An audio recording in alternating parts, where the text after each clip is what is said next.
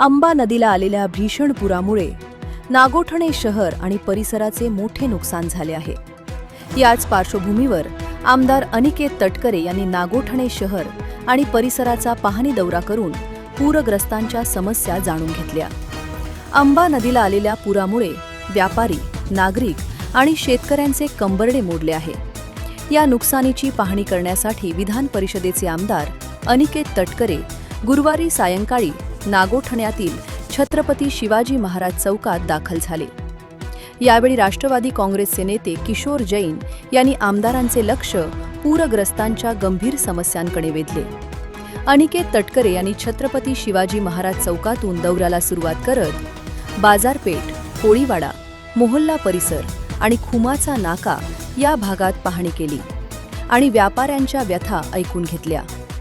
या पाहणी दौऱ्याप्रसंगी राष्ट्रवादी काँग्रेसचे नेते नरेंद्र जैन, भाई टके, शहर अध्यक्ष बाळासाहेब टके, माजी सरपंच डॉक्टर मिलिंद धात्रक, व्यापारी असोसिएशनचे अध्यक्ष प्रकाश जैन, उपाध्यक्ष अनिल काळे यांच्यासह मोठ्या संख्येने पदाधिकारी, व्यापारी आणि ग्रामस्थ उपस्थित होते। आमदार अनिकेत तटकरे आता पूरग्रस्तांना किती लवकर मदत मिळवून देतात याकडे सर्वांचे लक्ष लागले आहे। पंचनामे झाले काय?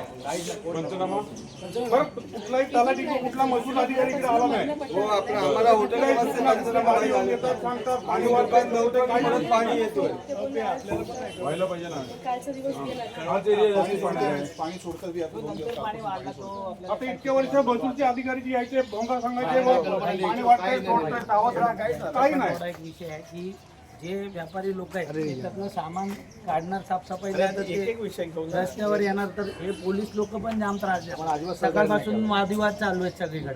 मला स्वतःला ह्याच्याशी पण काल संध्याकाळी यांचाच वादविवाद झाला। कॉर्पोरेशन करून करा, तुमची अडचण आहे ना, सांगा याची अडचण तुम्हाला सांगते। त्यांचा जे मोठा आहे ते पूर्ण रस्ता गाड्या बंद करा ना,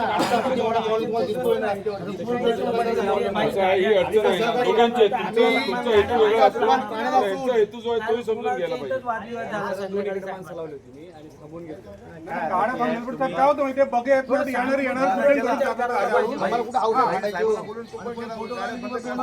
फोटो काढत बसतात। एक लक्षात घ्या, हे आता जिथे राहत आहेत त्याच्यात परत त्याला रोग राहायची परिस्थिती, त्यामुळे त्याची विल्हेवाट लावणं तर गरजेचं आहे ना। सहानुभूतीपूर्वक थोडंसं त्याच्या बाबतीत आता आपल्याला डायव्हर्शन काय करायचं, कारण इथे एसटी सोडली तर बाकी कुठल्या गाड्या येत नाही ना मोठ्या। अरे आता ते बघायला येतात ना, ते फोटो काढतात, शूटिंग करतात, व्हिडिओ कॉल दाखवत बसतात आणि रस्ता ट्रॅफिक जाम करतात। पण जे साफ करतात ना त्यांची अडचण होते।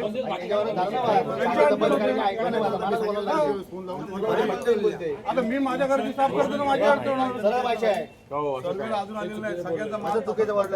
तुम्हाला मला आता झाले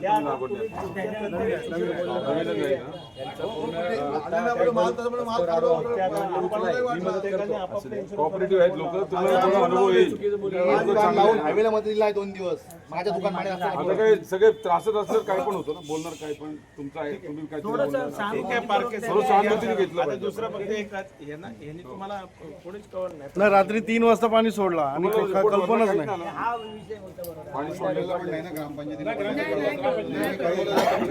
पंचायतीला पण काय नाही। काल रात्री साईंना फोन केला, फोन केला, डॉक्टरचा फोन केला, वाढते काय फक्त कोणालाच काय रात्री तहसीलदारला फोन लावले, त्याचं उत्तर काय बघितलंच काय?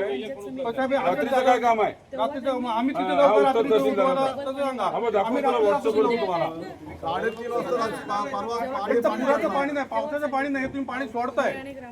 पाऊस असतो आम्ही समजून जातो, पावसाचं पाणी आहे म्हणून तुम्ही सोडतो अचानकपणे। तहसीलदारचा गेट पण नाही खोलले धरणाची, बघ काय बोलते तो।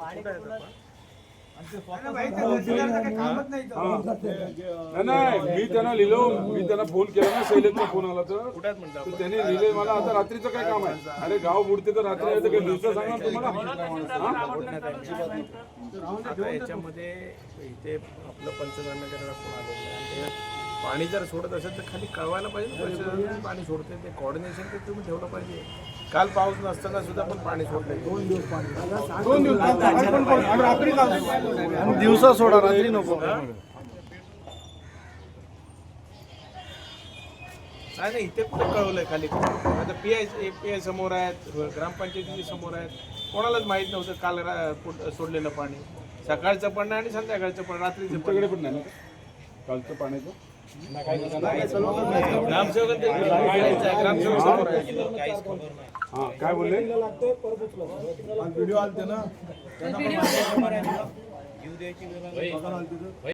जनोदयकरिता महेंद्र म्हात्रे, नागोठणे. जनोदय